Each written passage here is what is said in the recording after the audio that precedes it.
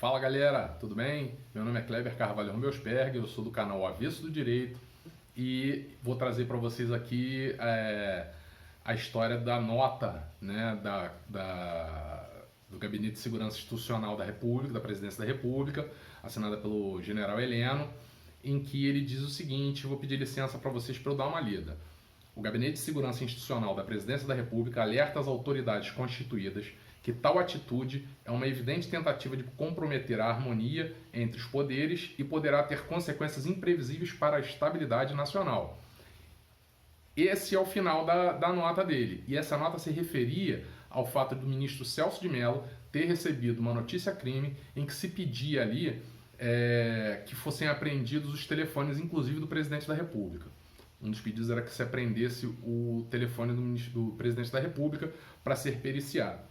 Pois bem, o ministro Celso de Mello pega, manda o Ministério Público, no caso o PGR, como é o presidente da República, é o PGR que se manifesta. Então ele manda ao PGR para que ele se manifeste acerca daquela notícia-crime e de todos os pedidos dela, inclusive esse. Vamos lá, a primeira coisa que tem que ser explicada é o seguinte: quando se promove uma notícia-crime, você está avisando as autoridades que há possivelmente o cometimento de um crime por alguém. E na hora que você faz isso, automaticamente o Ministério Público é obrigado a verificar se aqueles fatos apontados na notícia-crime são verdadeiros. Então ele vai precisar investigar.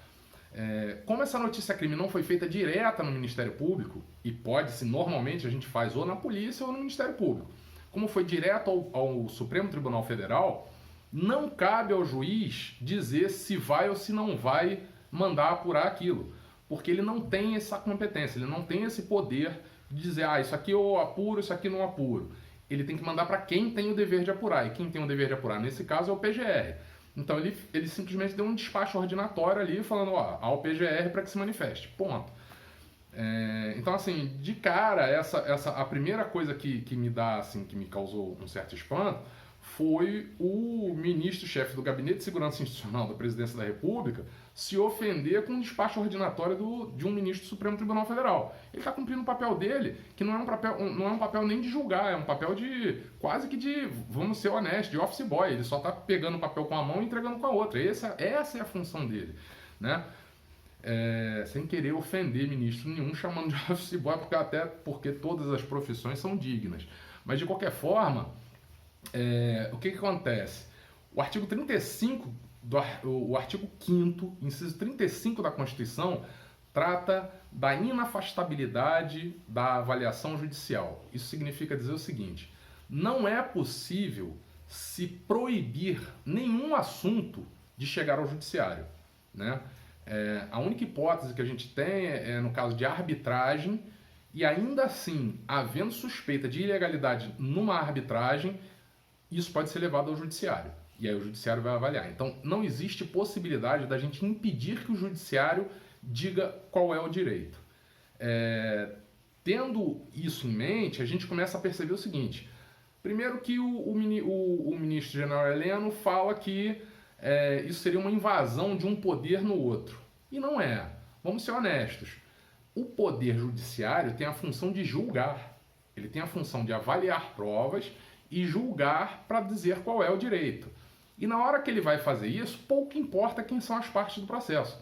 Se tem um presidente da República e aquela prova é necessária para que ele possa avaliar e julgar, ele tem o direito de querer sim ver aquilo. É claro que, se tratando de um telefone do presidente da República, inclusive um telefone institucional, um telefone da presidência da República, eu não entenderia que seria para se divulgar.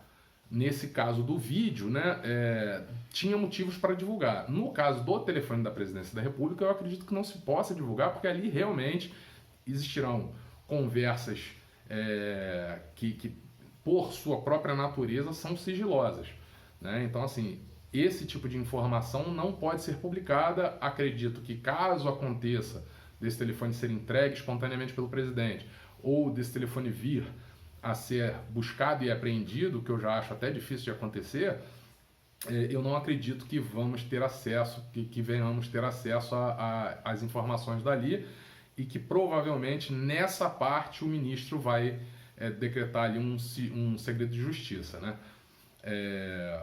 E aí, essa história da nota do general Heleno, acabou que surgiu uma outra nota de 80 e poucos ex-militares, alguns da reserva, outros que deixaram a carreira militar para seguir vida civil.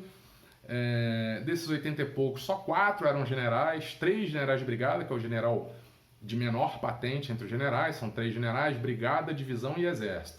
Então são 3 generais de brigada e um general de exército que assinam, mais uma quantidade, dezenas de coronéis, todos de reserva, todos da reserva, alguns majores e essas pessoas que são civis e que não continuaram a carreira militar, quer dizer, não se reformaram, né, que é a aposentadoria do militar. Fizeram uma nota e tal, e apoiando a postura do general Heleno e falando que a conduta do judiciário de invadir um outro poder, que a gente já viu que não é verdade, ele não está invadindo competência de poder nenhum e nem está atacando poder nenhum, ele está cumprindo a função constitucional dele, que é julgar, né? E nesse caso nem foi julgar, foi um ato ordinatório, um ato de ordem, uma leva para o fulano, né? Então, assim, eles falam em guerra civil, que isso provocaria uma guerra civil. Eu, sinceramente, enxergo o seguinte: primeiro, a conduta do general Heleno, para mim, parece muito a figura típica do artigo 18 da Lei de Segurança Nacional. O que diz o artigo 18 da Lei de Segurança Nacional? Tentar impedir com emprego de violência ou grave ameaça o livre exercício de qualquer dos poderes da União ou dos Estados, reclusão de 2 a 6 anos. Desculpa.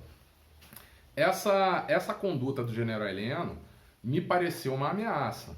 E se ela foi uma ameaça para que o judiciário não cumprisse a função dele, então ele está incidindo ali, em tese, nesse crime do artigo 18 da Lei de Segurança Nacional. Já a nota dos ex-militares é uma nota que também está falando disso, falando de uma guerra civil,